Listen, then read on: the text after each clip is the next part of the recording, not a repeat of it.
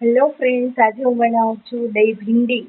દહીં ભીંડી એટલે કે દહીંનું ભીંડાનું શાક હોય અને એની અંદર દહીં નાખેલું હોય.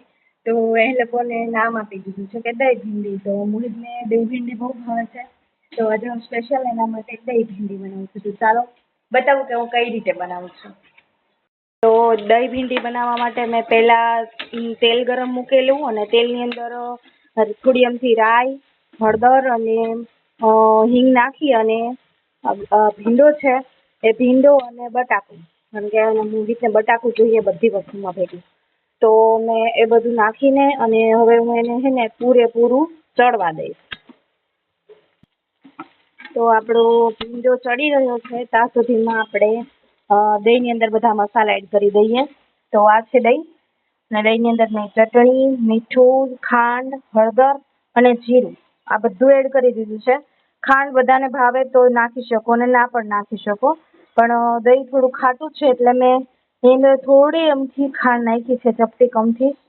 હવે આને હું બધું સરસ રીતે મિક્સ કરી દઈશ અને મેં ચટણી ઓછી લીધી છે કારણ કે મારે હજી આમાં લસણવાળી ચટણી પણ એડ કરવી છે.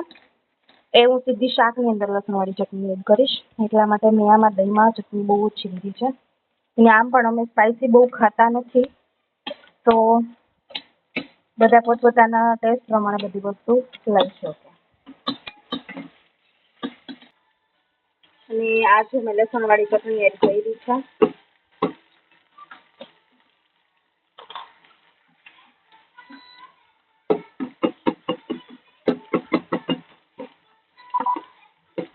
અને આમાં સાઈડમાં તેલ હોય ને એમાં સાંતળી લેવાની એટલે એકદમ મસ્ત ટેસ્ટ આવે એનો.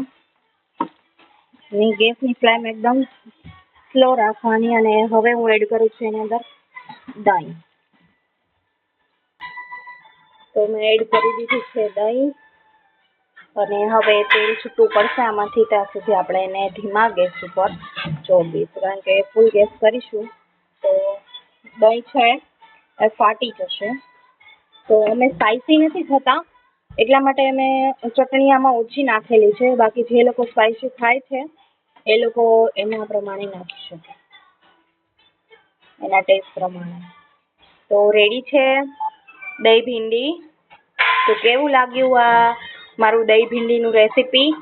તો કોમેન્ટમાં જરૂર જણાવજો. Thank you.